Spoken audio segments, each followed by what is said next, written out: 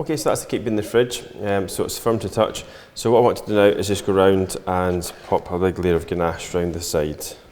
Okay, so I'm always working on the left hand side of the cake and just turn the cake around as we go.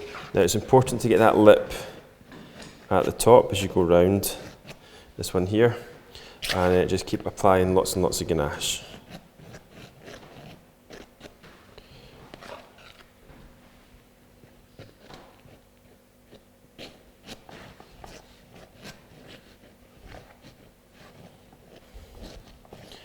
Now, make sure you put plenty at the top. What happens is sometimes you get that sandcastle effect where the ganache, there's too much ganache at the bottom. So I just apply more along the top. And just make sure you've got plenty there.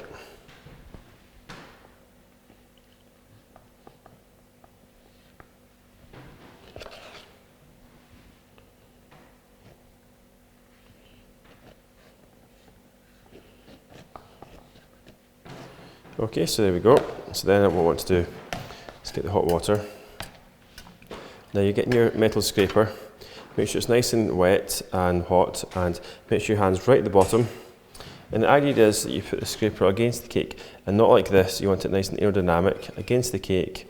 Bring your hand all the way around, and you want to just pull your left hand round and keep your right hand still, and just keep watching the cake as you go round. A few bumps there, and there we go, in one shot all the way around. Okay, so just pop that in the jug. So back in the hot water again, and let's do it again. So put pressure.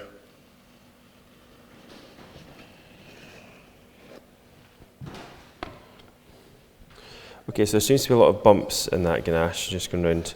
Now if you see I just pulled that off there, if you're going round just to look again, just if you pull it off early, always just rub it off like that. So you can see there's been a few lumps and bumps, so I'm going to pop the cake back in the fridge to firm up, and then we'll put another layer on top just to finish it off. Okay, so that's the cake in the fridge, it's quite firmed up. So I'm just going to put this second coat on. I think it's good this kind of thing happens to camera because, I mean, sometimes, most of the times it goes on first time lovely, but occasionally it does go on lumpy and bumpy. So it's not the end of the world, we just put more on once it's firmed up.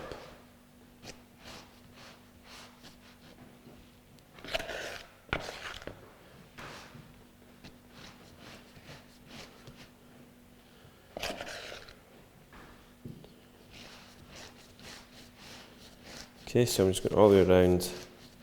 Sure, I've got a good coat all the way around. There we are. Okay, so over there, get your metal scraper, preferably a turntable.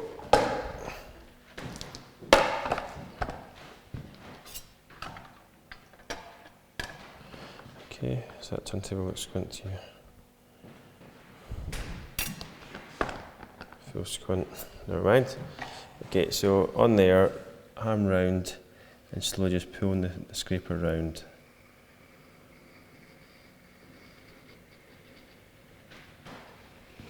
Off the end like that, so you can see all the ganache just came off. And the idea is hopefully it's just filled in all the gaps. Yep, that looks good. Yep, so I'm going to pop it in the water and just do one last little baby scrape. So all hardly scraping, just really smoothing it off. There you go, so. Okay, so just turn it around, and that looks really nice and smooth, so happy with that. Okay, so that's fine. So back in the fridge for another couple of minutes, just till it firms up before we cut the top off, and then just simply we have to put some ganache on the top after that. Okay, so that's the cake in the fridge. It's firm to touch, so we want to take the hot palette knife, look at the lower entry point, so it's quite low there. Using the tip of the palette knife, you're cutting down and then pushing the palette knife away from you, like so. When you come to the end, you just pull it out, lift the excess ganache. Now it's quite soft actually still, so I'm just going to pop it back in the bowl. If it's rock solid, just put it to one side. So there, pushed round, and you can see I just get taken off that excess ganache. So again, okay.